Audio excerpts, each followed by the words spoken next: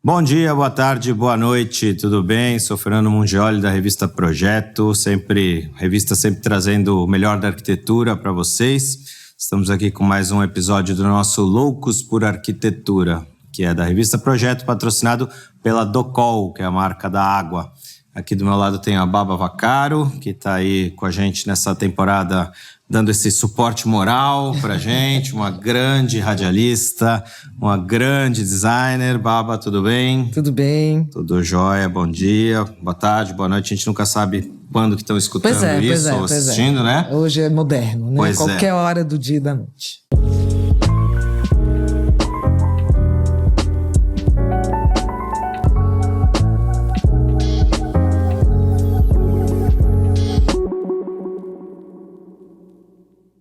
Como eu falei, esse podcast é oferecido pela Docol, que é a marca da água, é uma das marcas mais importantes aí do mundo, a marca mais premiada internacionalmente em design. Então a gente vai falar também hoje aqui sobre isso. E não à toa, temos aqui como convidados nossos queridos Juliana Figueiró, Marcelo Alvarenga, Marcelo Play, do Play Arquitetura. Tudo bom, gente? Tudo bem? Tudo jóia. Tudo jóia. Obrigado por estarem aqui. Obrigado pelo Muito convite. bom. Se moveram de Minas Gerais para cá, de Belo Horizonte para São Paulo. Obrigado aí por dividir o tempo de vocês e as histórias com a gente. Prazer. Prazer nosso. Marcelo Play, ou Marcelo Alvarenga, fundou a Play Arquitetura em 2008. Em 2012, Juliana Figueiró se juntou à sociedade.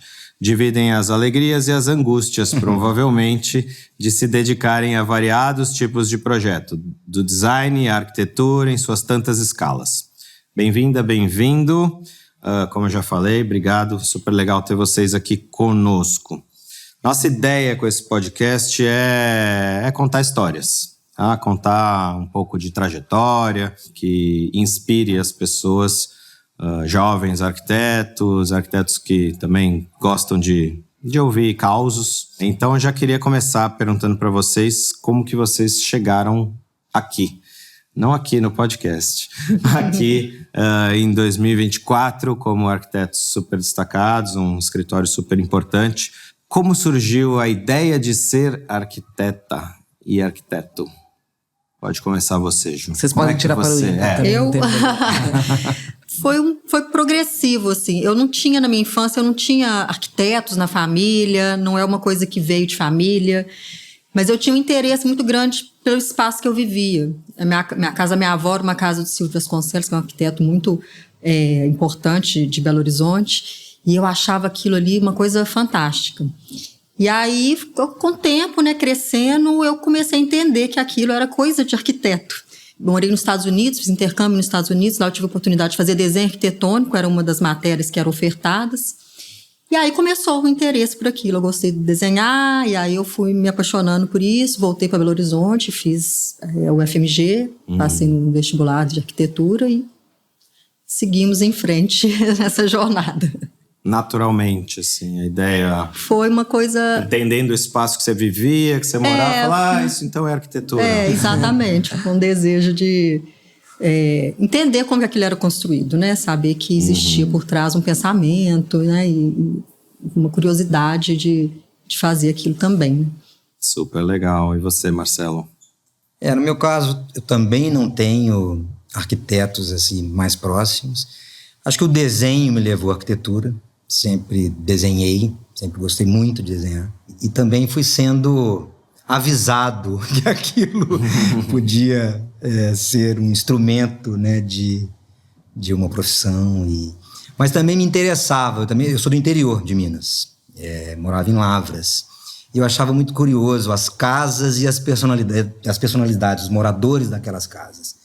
E também, com o tempo, fui descobrindo que aquilo era coisa de arquiteto, né? Nem sempre era a personalidade do dono, mas eu via muito dessa forma. Eu colava as casas às pessoas que moravam nela, o que a gente faz até hoje, né? Apesar dos arquitetos serem os condutores daquilo. Então, fui me interessando também por esse assunto. Espaço urbano também é uma coisa muito forte, muito presente, né? Acho que a arquitetura é uma coisa muito presente na vida de todo mundo.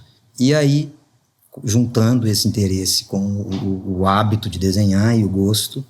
Fiz um único vestibular, tinha um pouquinho de dúvida no início, mas foi se aproximando. Eu só fiz um vestibular, que foi o de arquitetura no FMG. Também estudei lá, onde eu conheci Juliana. Ali que vocês se conheceram. Eu entrei antes da Ju um pouco, mas a gente se conheceu lá. A gente se conheceu lá. Ficamos amigos depois da escola, porque lá a gente trombou pouco tempo, mas era muita gente em comum, né? Era um grupo todo em comum. Então saímos da faculdade, entramos e saímos um grupo de amigos, assim. E aí depois de um tempo viramos sócios. E entre esse tempo que vocês agora estão juntos, mas antes da formatura, qual foi o momento que você veio para São Paulo? Eu vim para São Paulo depois de um tempo já de formado, né? Eu me formei já faz tempo, final de 95. E aí logo já tinha um pouco de trabalhos vindos de Lavras, principalmente, interior, a demanda é enorme, né? E é um pouco caseiro, assim, tinham poucos arquitetos atuando mesmo em Lavras. Então já comecei a trabalhar, já tinha demandas logo, um pouquinho antes de me formar, já estava projetando alguma coisa. E aí já caí direto na prática, mas é claro que dali uns 2, 3 anos eu já, né? Não é tão simples assim, queria trabalhar num escritório um pouco mais estruturado, mais experiente, estruturado. Aí procurei o Gustavo Pena, mas fui acabar trabalhando com a Freuza, que me interessava muito, assim, uma figura muito peculiar, né, na arquitetura em Minas Gerais. Uma personalidade muito forte, faz uma arquitetura em pequena escala, mas é uma escala que também me interessa. E foi uma super escola, a Freuza. A Freuza é muito técnica, mais do que parece, assim, muito técnica. Então era uma convivência constante com serralheiros, marceneiros, e ela também figurinistas e a parte das artes, ela sempre fez o figurino do corpo, então convivia, né, com proximidade, com cenotécnicos, com iluminadores. Então, eu gosto dessa multidisciplinaridade da arquitetura e tive essa experiência. Então foi curta, assim, eu trabalhei 2 anos com ela, mas foi muito excitante, muito interessante. Assim. Isso foi logo recém-formado que você foi para a Freuza? Depois de alguns anos, depois de uns 4 anos que eu trabalhei com ela, e ainda tinha escritório, depois fui diminuindo. Então meu início de profissão foi um pouco mesclando entre trabalhos pessoais e trabalhos colaborando com outros escritórios, até que vim para São Paulo também trabalhar num outro escritório, que é o escritório do Isai.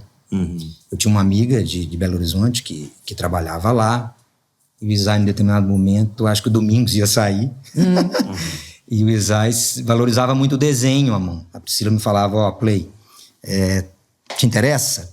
Porque o Domingos acho que vai sair, e ele é um colaborador próximo ao Isai, e tem desenho à mão como ferramenta, uma coisa que ele valoriza. Acho que tem o seu perfil, te interessa? E eu me interessei e vim, e foi de novo uma experiência ótima. Logo depois de um primeiro projeto, eu passei a fazer só anteprojetos. Delícia. Emprego dos sonhos.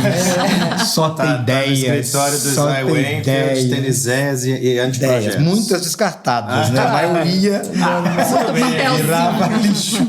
Mas foi um exercício ótimo nesse sentido. Então, enquanto a Freuza me deu essa formação mais técnica, o Isai foi o contrário, de incentivando mesmo. E o Isai é muito inquieto, né? Ele é um pouco fora da curva também, como escola, que também tem a ver um pouco com o perfil. A nossa formação em Minas é um pouco assim, mais solta. E aí, bom, se você nunca viu um desenho à mão do Play, eu recomendo. Se você está aqui escutando, busque no Google. Procure saber, né? Procure saber. E a tua trajetória também passou por outros escritórios ou você sempre trilhou um caminho solo? Pouco até, sabia? Eu trabalhei um tempo no escritório com o Cipo Podestá e o Maurício Meirelles, fiquei quase 2 anos lá. E logo depois eu saí. Também tinha essa coisa muito projetinho, né? A gente ia administrando uma coisa com outra. Na época eu trabalhava com uma amiga minha, que a gente tinha formado juntas, e acabamos formando o escritório as duas. E aí trabalhamos juntos mais 2 anos, e aí eu tive uma oportunidade de ir para Barcelona fazer mestrado. E aí eu fui, trabalhei lá também como arquiteta, fiz o mestrado, e na volta é que eu comecei a trabalhar com o Marcelo. Teve uma troca de casais. A gente teve uma troca de casais. A Ju era sócia da Renata e eu era sócio do Zé Ricardo. E éramos amigos. E aí depois eu vim para São Paulo, aquele trabalho em conjunto, né? A gente separou assim a sociedade. A Ju foi para Barcelona. Eu fui para Barcelona, a Renata continuou com o escritor. Aí enquanto isso a Renata associou o Zé Ricardo. E a Renata foi e os dois juntaram. Ficaram os dois que ficaram em Belo Horizonte. Fizeram essa parte de cenografia. Eles tinham esse foco. Super bacana. E ficaram os dois e nós dois fomos pro mundo. E aí, quando voltamos, eu voltei abandonada. Marcelo tava pé lá, pé cá, né? Tipo, ficava indo e aí voltando. depois de... Eu trabalhei com o Zay 7 anos. 7, 3,5 eu tava full time. E metade eu já tava retornando um pouco para Belo Horizonte. Aí fui retornando também trabalhos pessoais. E aí isso vai crescendo, né? E aí foi quando... Começamos a trabalhar uma coisinha aqui, uma coisinha ali. Uma colaboração. Deu E aí certo. a gente... É quase uma história de amor e vingança, então. É um novelão isso aí, né? Separado, depois voltaram aí, uma foi pra longe. Uma novela voltaram, uma novela. Ficamos todos amigos ainda até hoje. Que legal, ficou tudo bem. Tá Foi tudo um certo, final feliz. Pode ser. E é engraçado, acho que muitas pessoas têm curiosidade de saber por que se chama Play Arquitetura, né? Pois eu acho que é uma boa pergunta para um podcast. Da onde vem o Marcelo Play, o Play Arquitetura? Faço questão de esclarecer. Playmobil, né? Meu apelido era Play, mas de Playmobil. E uma danada de uma menina que me colocou esse apelido. Não era um apelido assim, popular, não. Era um pequeno grupo que me chamava de Playmobil. Mas uma delas foi parar na minha sala da escola da UFMG. Entendi. Pronto. Isso foi e aí, realmente, eu não tive forças para lutar contra. Não, e mesmo pro escritório. O nome... Juntei o útil ao agradável. Mas engraçado, quando eu fui trabalhar aqui em São Paulo, é um pouco dividido. Aqui é Marcelo. Eu entrando no escritório do Isai, o Isai falou, não, Marcelo, vamos... chamado pelo nome. Uma certa formalidade, assim. Eu falei, ok. Eu conheci como Marcelo. Né? Conheci né, no então tempo que você trabalhava teve no um design. momento de... Teve um momento quase Marcelo que eu perdi. em minha vida. Quase conseguiu se livrar. Mas lá em Belo Horizonte seria impossível. Muito bem. E me conta um pouco sobre o trabalho de vocês. Vocês têm um trabalho aí, uma certa busca pela... Né? Acho que todo mundo, não tem quem não trabalhe numa busca incessante pela perfeição. Como é que vocês começam a trabalhar num projeto, né? A partir do momento que ele cai ali na mesa de vocês? Quais são os grandes objetivos de vocês ao projetar? Na verdade, a gente atua com essa consciência da importância das escalas na arquitetura. Eu acho que eu não vejo muita diferença em arquitetura numa grande escala e numa pequena escala. Eu falo assim, isso sob um olhar de, um pouco isso que você está falando, talvez, daquele resultado que é o equilíbrio, sim, de questões técnicas, estéticas, objetivos, né, de responder a uma certa demanda. Isso acontece, eu acho que a gente pode segmentar a arquitetura, que vão estar sempre essas questões colocadas ali, né? Então, eu acho que o escritório é um pouco esse exercício diário de uma atenção a todas essas escalas, com o humano no centro, claro, né? No sentido assim de, por mais que a gente elabore e lapide as soluções ou as ideias, a gente não tem uma rigidez tão grande, não é tão impositivo assim. A gente tem flexibilidade e retrabalhamos as coisas na medida que elas vão se transformando.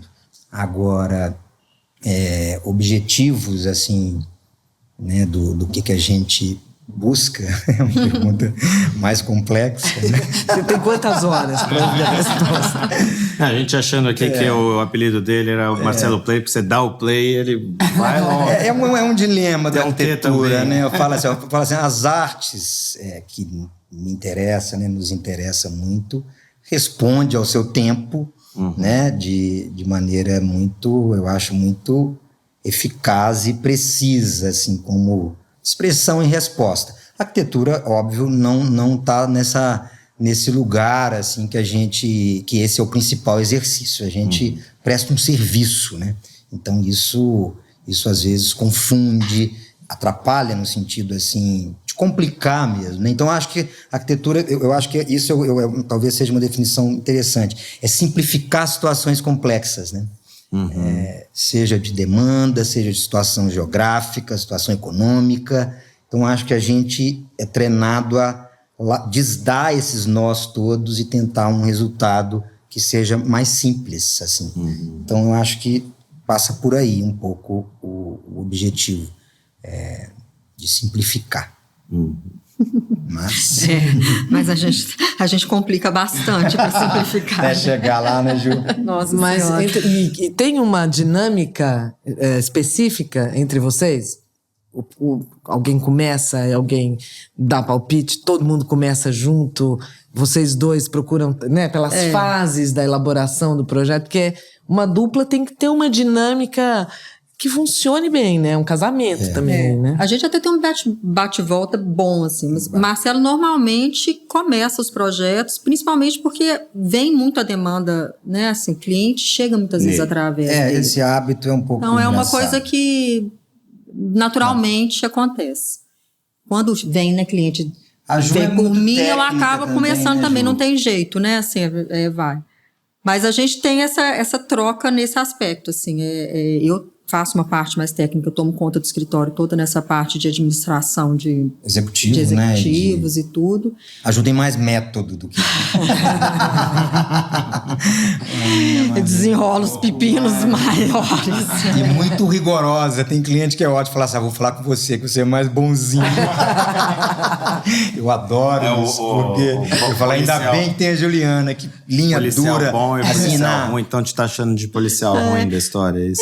Não de tomar conta do projeto, sabe? Eu Mas mudo de ideia. Se alguém falar ou questionar duas vezes, eu já tô Viajando tentando numa buscar uma outra outra solução. E a Ju é mais metódica, mais disciplinada, assim. Eu acho O projeto isso é muito difícil, bom, né? Muito porque senão a complicado. gente São desvia muitas muito, né? disciplinas juntas, né? Então, você fazer aquilo acontecer não é fácil, né? Então, assim, não é só uma ideia que vai fazer um projeto isso acontecer. também é uma característica do escritório. A gente Então, gruda na coisa. Assim. Nosso envolvimento é muito grande. É muito grande. A Então, obra, é complicado, a assim. gente Então, não desenha, entrega e seja o que Deus quiser. Não.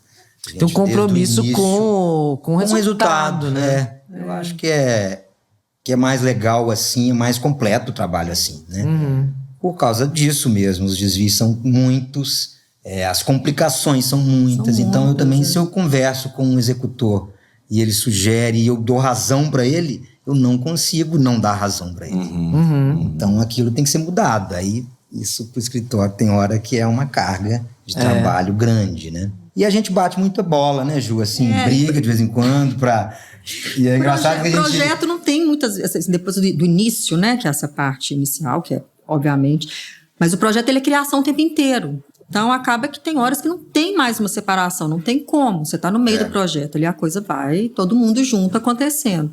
As etapas... É dinâmico demais, né? E é muito rápido, né? A gente está num momento cada vez mais... loucura, né? Todo mundo é para ontem e de tempo, então o escritório Mas eu falo para nossa equipe, eu falo, ó, mudança de etapa, né, diante do projeto, para executivo, é hora de rever, sim. E a gente toda hora passar rever. simplesmente, né, dando sequência naquilo. Não, é hora de rever um pouquinho o que foi proposto para daí oportunidade para dar uma revisadinha, ver, ó, tá tudo frente, certo mesmo, né? Vamos dar mais um passo. É isso mesmo, né? Então você certifica um pouco das propostas. Então eu acho que esse exercício constante que a Ju está falando. Então é claro que se algumas obras a Ju tomou a frente, assim, por uma razão ou por outra, né, Ju? Isso ela tem toda a autonomia e eu também de ir ajustando aquilo na medida que né, a necessidade se faz. A gente falava com outro arquiteto num outro episódio desse podcast sobre o tempo, né? o tempo que está cada vez mais curto, o tempo que a demanda está cada vez mais... É tudo mais a urgência do mundo, né? Sentimento de urgência. E que isso faz falta, muitas vezes, no amadurecimento de uma ideia, né? Quer dizer, às vezes você atropela o amadurecimento de uma ideia por conta da pressão do tempo. Vocês enxergam isso também? O tempo inteiro. Eu acho que isso está acontecendo, assim, em todas as etapas de projeto. Os projetos não estão tendo tempo de amadurecer. E eu acho que isso gera um retrabalho muito grande. Como nós não deixamos passar, a gente, na hora que ele amadurece, aí o negócio já está lá na frente, a gente volta para trás. Entendeu? E isso é muito complicado para o escritório. E o cliente, às vezes, não consegue entender. E é importante a gente voltar para trás. Não tem jeito. Porque foi só o tempo daquilo dali é que trouxe para a gente aquela... Fechou o projeto porque o tempo que a ampulheta virou, né? Mas então, coisas ali ainda estavam mal. E isso está acontecendo o tempo inteiro, tá? A gente está com uma externa sensação de estar correndo atrás. Mesmo o escritório estando com mais gente, mais colaboradores. Quantas pessoas hoje? O escritório é pequeno, né? Nós temos 6 arquitetos, mais nós 2. Isso. E mais uma turminha. corremos, uma turma que está afinada, agora nós estamos com uma turminha boa. É o que a gente quer ficar, entendeu? Mas não é a nossa intenção ter um grande escritório. Exato, que não é... E o mercado de Belo Horizonte também é um mercado que tem uma outra escala, uma outra demanda, né? Eu comparo, claro, tendo trabalhado aqui e como é diferente, como são diferentes os mercados. Né? E lá, o mineiro tem um outro jeito de... Apesar da pressa, né? É uma coisa um pouco mais truncada, assim, em algumas questões. Então, também os projetos eu acho que esse envolvimento, né, que a gente tem, assim, que é muito grande, com todas as etapas, com todas as pessoas que estão ali, com cada construtor, com o cliente, não tem como absorver mais do que a gente... Eu vejo, assim, eu acho esses escritórios grandes, eu acho uma coisa, assim... Misteriosa. Eu não sei como que funciona e você não perde o controle, porque você vê aí a turma crescendo bem, né? Então, tem uma fórmula, mas a gente olha para aquilo ali e fala assim, nossa... Mas é interessante notar, assim, que no mercado em geral, assim, nos escritórios de destaque, tem muito que você percebe que são escolhas, né? Escolhi ser desse tamanho, né? Não é... poderia crescer, imagino que vocês falassem, não, beleza, vamos crescer. Vocês podem crescer em quantidade de pessoas, em quantidade de projetos, mas não necessariamente em resultado. E a gente reforça também um pouco essa escolha, né, Ju? Atualmente a gente faz alguns projetos de prédio para o mercado imobiliário, mas assim, é tão diferente que no final das contas a gente acaba atendendo certas exceções desse mercado. Seja uma indústria ou um prédio, a gente atende um cliente que é um pouco diferente. Porque quando é do mercado mesmo e impõe aquela fórmula que existe, eu sempre assusto. Porque eu acho que inverte tudo, esse envolvimento nosso se perde, porque ele não tem muito como manter, porque são muita gente envolvida, a velocidade, a questão financeira é muito violenta, né? De mercado imobiliário, de prédios, realmente é uma coisa assustadora. E deixa de fazer sentido naquilo que vocês acreditam como proposta de diferenciação do escritório, digamos, né? É bem isso. É o que você tem para vender, né? O que eu tenho para vender é isso. Que também que a gente tem prazer em fazer, né? O jeito de fazer. E a gente já faz tanto, né? Eu vejo assim, a minha pequena experiência na Europa, morei 3 anos lá, trabalhei, os escritórios são muito especializados. A gente faz tudo, né? Então você vê, nós estamos aqui desenhando torneira, que é uma disciplina que exige uma outra profusão, né? Tipo assim, e aí estamos lá escolhendo uma almofada e falando sobre a estaca da fundação do outro. Então, assim, já é tanta coisa, né? Então tem que dar uma filtrada um pouco, né? E aí acho que a gente filtra um pouco esse perfil naturalmente, né? Não é um filtro. É natural. Não é um filtro real, assim, de acho que nunca escolher. Acho que nunca falamos não para nenhum projeto. Seguindo nessa linha, vocês têm, né, uma grande liberdade criativa, uma liberdade de linguagem, é uma opção de vocês, né, como a gente falou, o tamanho do escritório. E os clientes também chegam a vocês buscando isso, né, conhecendo já o trabalho da Play. Ninguém pede uma coisa diferente do que vocês costumam fazer. Quem são esses clientes? Quais são os trabalhos que vocês têm desenvolvido ultimamente? Quais são as tipologias que vocês mais trabalham? Eu acho que um pouco do perfil que você está falando, que caracteriza um pouco o escritório, é porque a gente tem um perfil múltiplo mesmo. Uma coisa que às vezes dá uma certa crise. Temos ou não temos identidade nesse escritório, afinal? Que é outra escolha, né? Porque a gente tem aqueles escritórios que tem lá uma assinatura claríssima e outros que não. A assinatura é justamente o anti-assinatura. Né? Mas se é verdade que vocês prestam serviço para diversos clientes, o resultado tem que ter a ver com cada cliente. Você não pode ter uma que seria diversificado. Natural que seja diversificado. Né? Eu acho que os instrumentos, muitas vezes, as ferramentas podem ser coincidentes, mas o resultado, claro, tem que ter um pouco da alma do E esse um pouco é um barato da arquitetura. Eu acho que a gente também tem uma formação que é assim, que a questão da geografia, da cultura local, da história local, né, daquilo que a gente tem disponível em termos de materiais. Eu acho que isso me parece estranho, né? Aquela arquitetura que é a mesma, independente de onde ela está ou para quem ela está sendo feita. Claro que eu acho, sim, que certas personalidades, certos olhares ou saberes de alguns arquitetos, eles afunilam e, de fato, aprofundam um determinado tipo de materialidade ou pensamento ou conceito. No nosso escritório, não. A gente tem, sim, flexibilidade e interesse em coisas variadas. Então, esse interesse sendo variado, como é que você vai dar, né, respostas muito fechadas? E a gente faz loja, a gente faz restaurante, fazemos indústria de azeite, prédios, apartamentos, né? O design entra também nessa escala real de muita marcenaria, muita serralheria, enfim, coisas dessa escala. Então, acho que é natural que seja variado. E esse perfil é um pouco isso, né? O cliente também tem perfis variados. E eu acho que uma coisa que o cliente percebe, a gente também está construindo o escritório vai crescendo, né? E a gente... existe um boca a boca, né? Muito claro, dinâmico, assim. E é muito legal porque a gente é muito amigo dos clientes, né? Então, assim, o boca a boca que chega é sempre assim... eles vão cuidar muito bem de vocês, o projeto vai ser bem feito, o projeto vai ser feito para você. Acho que esse envolvimento. Eu acho que esse envolvimento é uma coisa muito forte do escritório. Então, isso é uma assinatura. Eu vejo o envolvimento da Juliana com alguns projetos e fico chocado.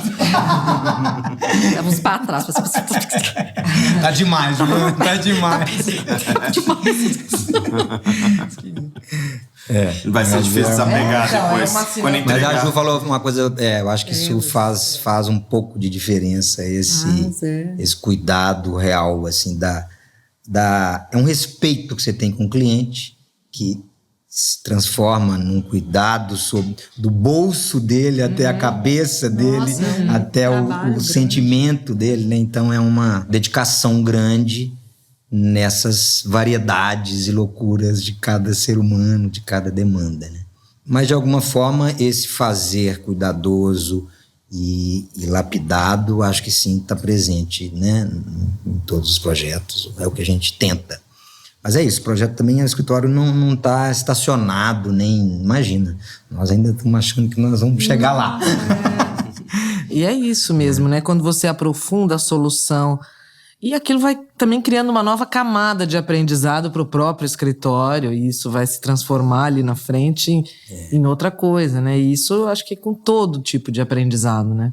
Eu acho essa flexibilidade tem hora que ela é problemática, porque tem clientes que são muito livres ou nos dá muita liberdade nas proposições, se interessam mais por determinadas etapas ou questões que o projeto aborda.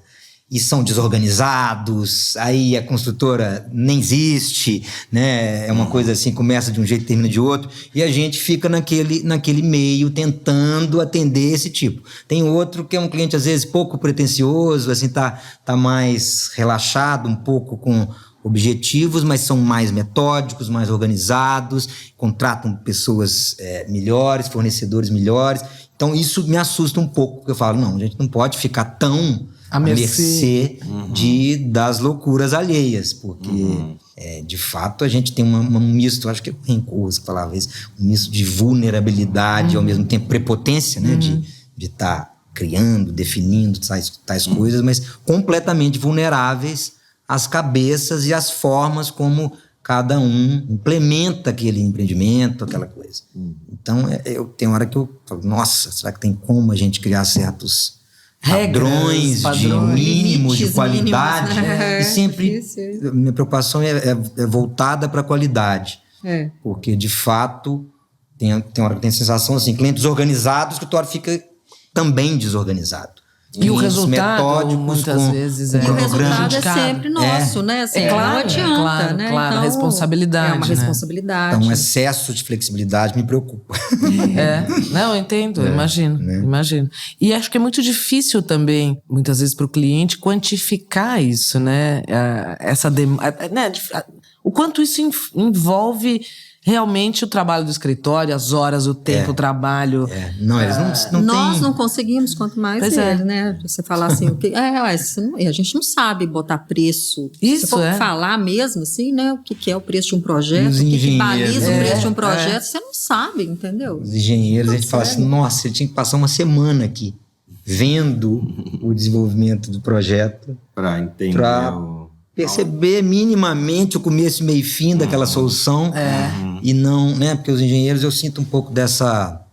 Os engenheiros são bons administradores, mas muitas vezes o nosso tete-a-tete é com o mestre de obra, é com... Que faz uma diferença muito grande quando você vê um engenheiro que... Estuda o projeto. E sabe conhece o projeto. É raro. Tem interesse de fazer aquilo acontecer da maneira correta. A gente vê, Esse respeito, mas abstratamente. Assim, não sabe, não é uma questão de entendimento minucioso do projeto. Né? Mas você acha que isso é uma coisa do modo de construir brasileiro? Ou você acha que isso é normal? Bom, você trabalhou fora também, você talvez tenha essa experiência. Lá tinha uma pessoa, como é que chama? Me fugiu o nome. Que fazia essa ponte da engenharia com a arquitetura. Que era como se fosse um mestre de obras, mas mais especializado, assim. Mas executava? Ficava como se fosse um mestre. Ficava na obra. E ficava... É um estagiário, arquiteto, trabalhando para o engenheiro. A gente tem um nome, eu vou lembrar. Tem um nome, né? Depois eu leio. E faz uma diferença muito grande. Porque ele está dentro do nosso escritório, dentro do escritório de arquitetura, mas ele está lá o tempo inteiro na obra e ele trabalhava para a gente. Sim. E eu acho que faz toda a diferença. Alguém plantado lá, né? E ele não é arquiteto, ele não é, a formação dele não é de arquitetura. Então, assim, ele não tem nenhuma pretensão de estar ali desenhando, mudando alguma coisa. Não, ele está e conferência. Uma conferência, um suporte, né? E essa ponte, eu acho que isso faz falta, sim. A gente não tem muito essa ponte. Agora, a engenharia também está nessa loucura, né? Do tempo versus dinheiro, mais até do que a arquitetura. Então, eu também acho... Eu adoro os engenheiros no sentido assim, eles não estão nem aí para os orçamentos, é verdade. não é que eles não estão nem aí para o orçamento. Eles não sentem aquele drama que nós, arquitetos, preocupamos o tempo inteiro em viabilizar tais e tais ideias. Para eles, deu Deus e não deu. Não deu. Sinto muito. Então, eles têm um relaxamento diante dos orçamentos que eu admiro. Mas é claro que eles estão ali batalhando para colocar tudo no papel, para de fato ter essa executar visão também mais aquilo. Pragmática, né? No sentido de, tipo, olha, isso aqui vai demorar mais tempo, isso aqui vai dar mais trabalho. Eles são mais realistas, eles dão a real. Caro. Eles dão a real pro cliente. Né? Isso quando não chega e fala, isso aqui não dá certo, não. Aí não... Tudo bem, vamos lá, vai, calcula para ver se não dá certo. E claro que o arquiteto vai batalhar pela ideia, né? Pelo aquilo que ele tá já vislumbrando como resultado. E o engenheiro tá muito ali mais para, nesse caso, para viabilizar aquilo ou não, né? E clarear esse cenário físico-financeiro, né? De tudo para o cliente. Então, eles não têm papas na língua. Eu acho que a maior dificuldade é essa, ele conseguir entender onde que a gente quer chegar. Eu acho que isso é que falta. Não pensar que é só coisa de arquiteto, né? Isso é coisa de arquiteto. Exatamente. Porque eu acho que não entende, às vezes, assim, que aquele detalhe que às vezes é tão complicado é que vai fazer uma grande diferença. Então, eu assim, acho que falta um entrosamento entre arquitetura e engenharia ainda tem esse gapzinho. Anos que a gente fala disso, né? Por isso que eu acho que tem arquitetos que se apegam a determinados engenheiros, calculistas, todos nós, etc. Né? Porque porque ele, enfim, Difícil. deu liga ali. Aquele engenheiro entendeu a importância daquelas minúcias. Mas eu acho que tem também amadurecimento de mercado, né? Dos engenheiros que de fato estão trabalhando em prol daquele projeto, né? Que é o planejamento de tudo. Você vê que mercados menos amadurecidos, isso é mais rudimentar, assim. Então, não parte-se dessa questão tão simples, né? Que existe Agora, o entendimento disso e a maneira de nem as grandes construtoras, muitas vezes, eu acho que elas pecam. Refaz muito. E é isso. Você conversa com uma pessoa que está construindo uma coisa, ela fica chocada com todo mundo que passa por uma obra, continua assustado com o quão rudimentar, com a quantidade de problema que dá. Maneiras, então, a quantidade assim, de decisões que você tem que tomar. É preocupante como que nós arquitetos e a engenharia, a gente não consegue mudar de ponto, né? E deixar a coisa um pouco mais prazerosa ou mais objetiva, não sei dizer. Nos escritórios que acabam, né, se destacando, como vocês, enfim, como alguns outros, é isso que, enfim, além de ter os engenheiros de estimação, né, acho que os próprios engenheiros já também entenderam o valor, né, entenderam pegar o valor do que é arquitetura, do quão é complementar ao trabalho deles, do quanto é fantástico chegar e falar, pô, você tá vendo essa loucura desse projeto aqui, fui eu que consegui executar aqui. Se não fosse por mim, engenheiro, você não ficava de pé, né? Então, mas acho que falta isso, sabe?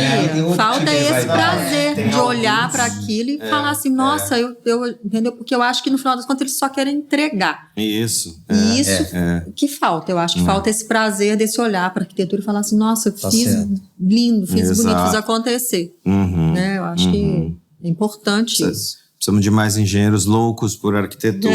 Precisamos muito. E vocês, como loucos por arquitetura, o que vocês, né? Estamos aqui é o nosso tema em geral. Qual que é a arquitetura que inspira vocês? A gente falava aqui do Japão, a gente falou da Coreia, pra onde você viajou recentemente. Quase que um novo podcast, um podcast à parte aqui dos bastidores. O que é essa arquitetura? Como é que vocês enxergam essa arquitetura que inspira realmente? Quanto mais autêntico, né? Quanto mais você olha aquilo e você vê a dedicação, você vê a coisa do local que a gente tanto tá falando, né? Às vezes você tá olhando no Instagram, você bate o olho numa imagem, você fala assim, nossa, que coisa fantástica. E aí você consegue, na hora que você vai ver que dali tá lá na Espanha, tá ali, tá não sei o que, você consegue identificando aquilo e construindo uma história em cima daquilo ali, vendo a história daquela arquitetura, né? Eu acho que isso é o que é mais inspirador. Mais do que uma forma, ou do que uma técnica de construção, ou do que a solução específica para aquela situação.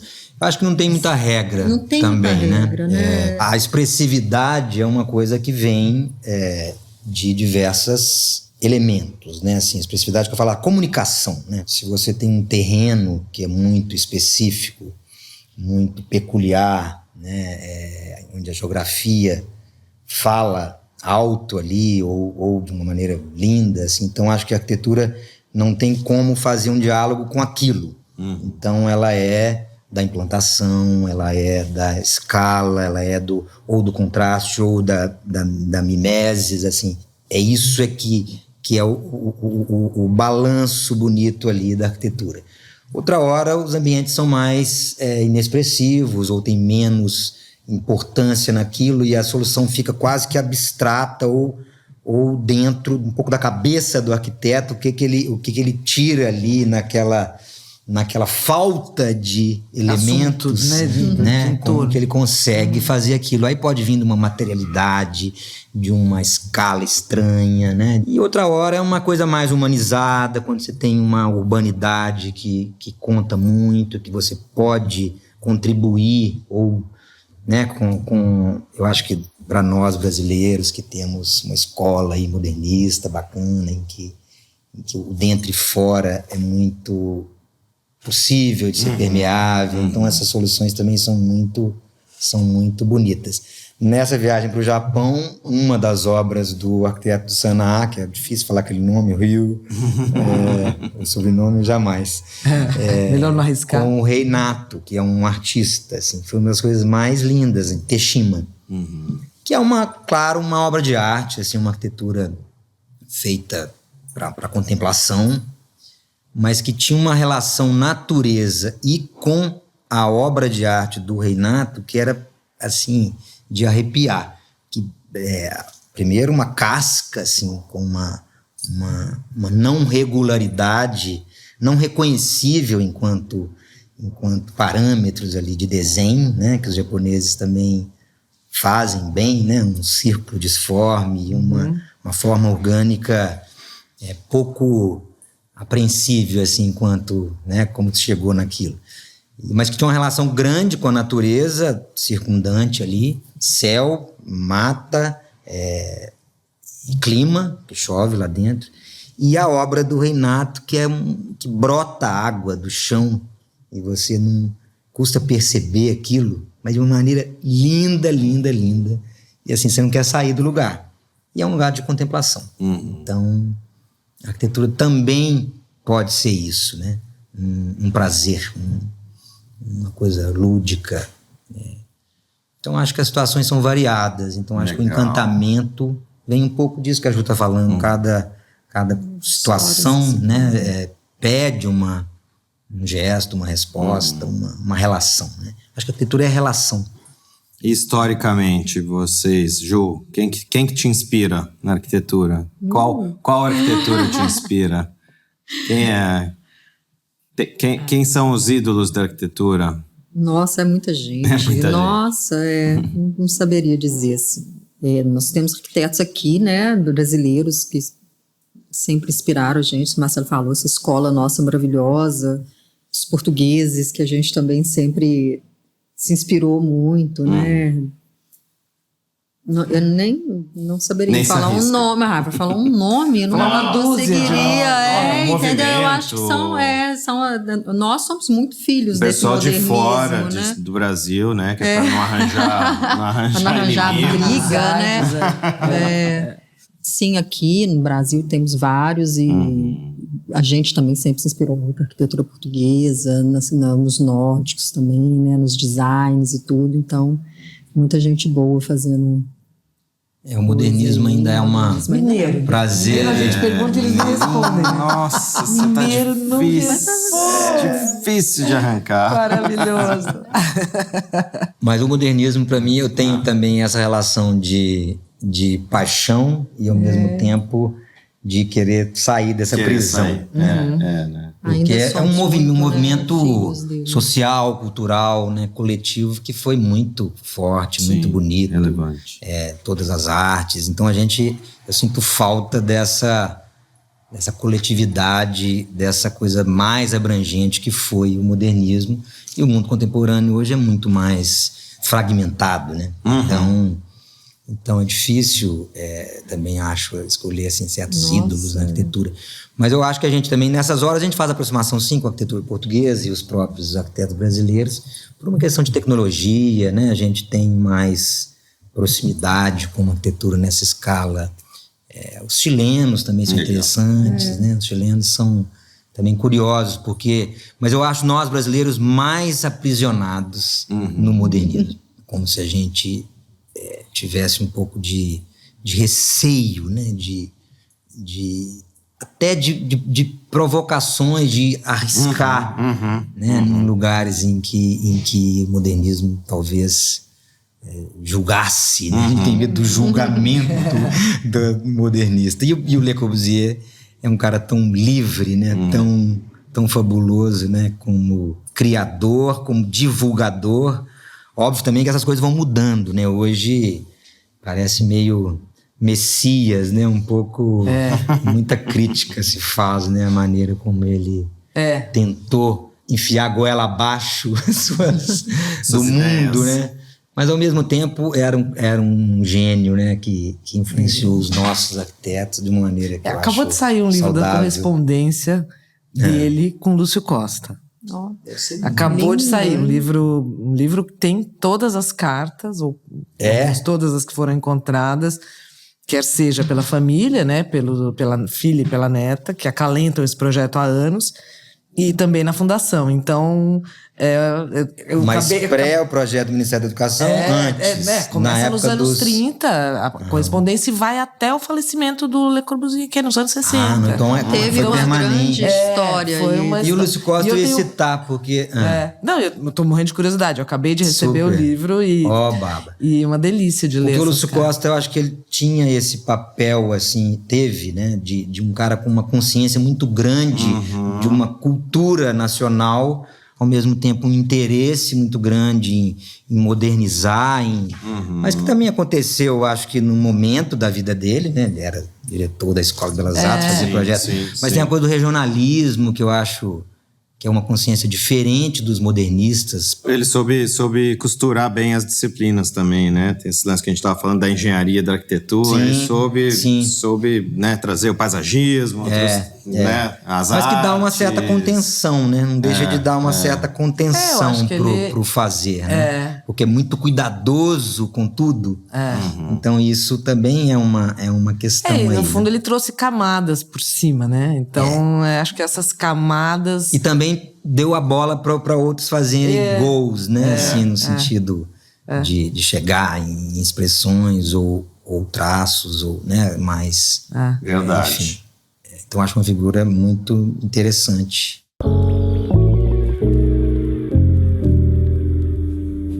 Bom, gente, estamos aqui também, né? Nesse podcast. Como eu falei no início, é um super oferecimento, uma super parceria com a Docol. E vocês estão no time aí dos arquitetos que desenharam produtos, enfim, trabalharam em conjunto com a Docol. A gente queria que vocês contassem um pouco dessa história toda. Como é que surgiu, como é que foi essa aproximação? Foi um convite da Baba, né? Um convite muito generoso, porque nos dá uma liberdade inicial, assim, muito interessante, ao mesmo tempo nos deixa muito à vontade, né? Porque desenhar para uma marca que faz um produto específico, que a gente sabe que tem muitas questões técnicas envolvidas, muitas questões mercadológicas, mas a Baba introduziu isso de uma maneira muito natural e que eu acho que a gente ficou feliz pelo convite, primeiro, e à vontade para propor. Então não teve formalidade no convite. Eu acho que isso também foi uma coisa muito, muito bacana, a maneira como ela conduz, e imagino que faça isso com todos os arquitetos envolvidos, de dar liberdade de apresentação, né? Eu lembro que eu te perguntei, Babi, e aí? Mas preparo uma coisa, vai ter uma sala, uma mesa com 12 executivos. Gravata. Não, me manda aí. Me manda. E aí depois você vai entendendo aos poucos como que é o processo interno. Primeiro, acho que a curadoria da Baba também é muito, muito inteligente, porque percebe variedades nas cabeças, né? Os convites que ela faz, eu imagino que já miram em cabeças distintas para que tenha produtos também que não se repitam, né? Então foi uma coisa bem, bem espontânea e natural, e a gente começou, né, desenhando, tendo um pouco dessa liberdade do que a gente, como colaborar, fazer o quê, né? Propor o quê. E aí a cabeça também vai, né? Como arquitetos a gente sabe das demandas, das carências do mercado, né, Ju? Ela já tinha desenhado a Mix and Match, não tem o que fazer para... Já supriu grande parte do mercado. A Mix and Match é uma coisa assim, não adianta mirar na Mix and Match, ela já existe, não dá. Aí a gente... Só pra vocês. Muito obrigado, Baba. Eu acho que o planejamento dela foi exatamente esse. Eu vou fazer a mais linda, a que mais percorre todos os tipos de arquitetura, para vocês não pensarem nisso. Isso. Essa já foi. Não se preocupem com já isso. Foi, fiquem tranquilos. Faz outra coisa mais, com um pouco livre. Mais de isso. Conta pra gente, Ju, o nome, conta um pouco sobre a linha pro pessoal que não conhece. Então, a Mantis, né, que é das torneiras e acessórios, a gente tinha esse desejo por uma torneira de bica baixa, que era uma coisa que a gente no mercado tinha falta, né? De uma coisa assim, você tem aquelas umas carinhas mais antigas, que são muito simpáticas, as outras com umas caras muito inexpressivas, digamos assim. E aí, então, veio a ideia de fazer uma torneira de bica baixa e veio o desenho da Mantis, que o Marcelo que trabalhou mais um desenho. E é muito legal porque é uma disciplina que a gente nunca tinha, né, entrado. Então, assim, é uma tecnologia nova que a gente teve que aprender. E eu lembro dessa dinâmica do bate-volta com a Docol, que é muito legal, porque a Docol também foi abrindo e foi desenvolvendo peças específicas. Então, essa coisa que é muito interessante, que acontece muito na arquitetura e no design. O departamento de design da Docol, né? Ele é um suporte, uma criação o tempo inteiro. Muito interessante. O pessoal acha que é só desenhar o que você está vendo. Não, eles desenvolveram uma tecnologia nova. Essa torneira tem uma dentro. tecnologia própria para ela, para que ela funcionasse por um desenho que foi feito de uma bica X, né? E tal. Então, assim, todo um processo muito interessante de criação, assim, da estamparia, antes mesmo de começar, a gente vai até a fábrica, conhecer minimamente, né, o assunto ali, algumas questões técnicas.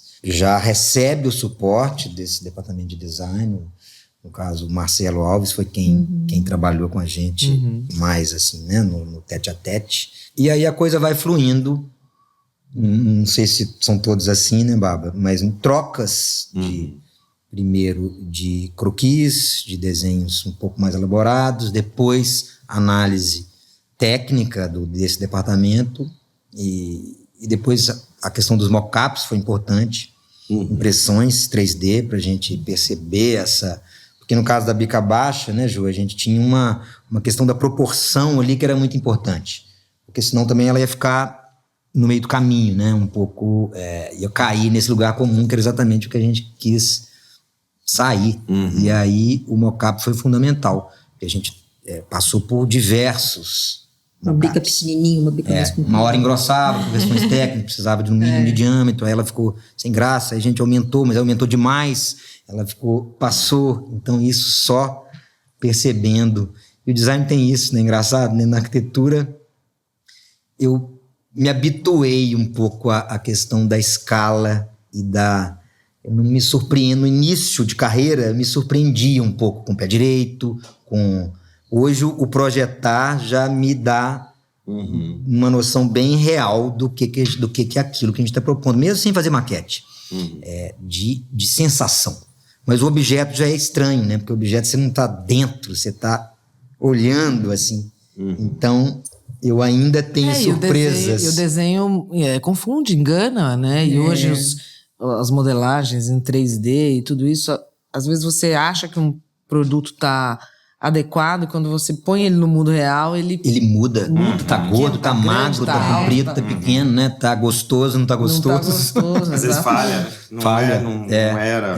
Que não foi o caso, né? Não. Aqui eu acho que quando você olha os primeiros croquis do Marcelo, os primeiros croquis, os desenhos mesmo, que eram poéticos e encantadores, e você olha o resultado final hoje do produto, tá bem parecido. E mais um exemplo, olha só, a gente vai falando e as coisas vão se desenhando, né? Esse papo foi muito sobre a parte técnica com a criação, né? A criatividade, liberdade, com a necessidade de encaixar, né?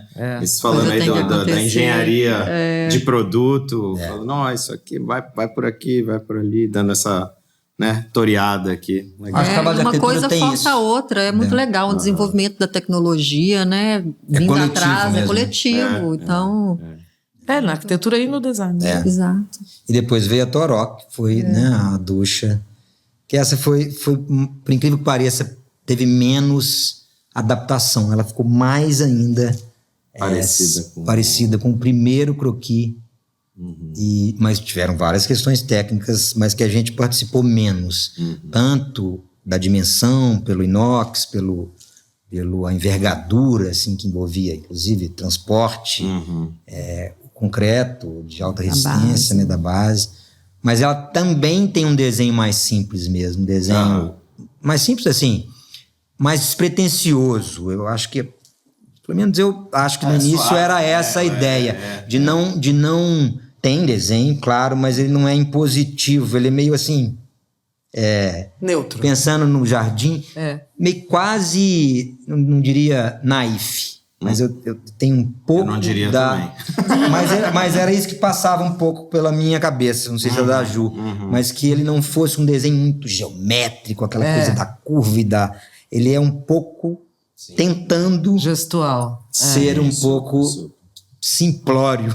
Belíssimo. É o oposto do outro, que é uma joia, né? No fim, né? E quem não conhece, está nos escutando, nos vendo, pegue seu buscador favorito e procure saber.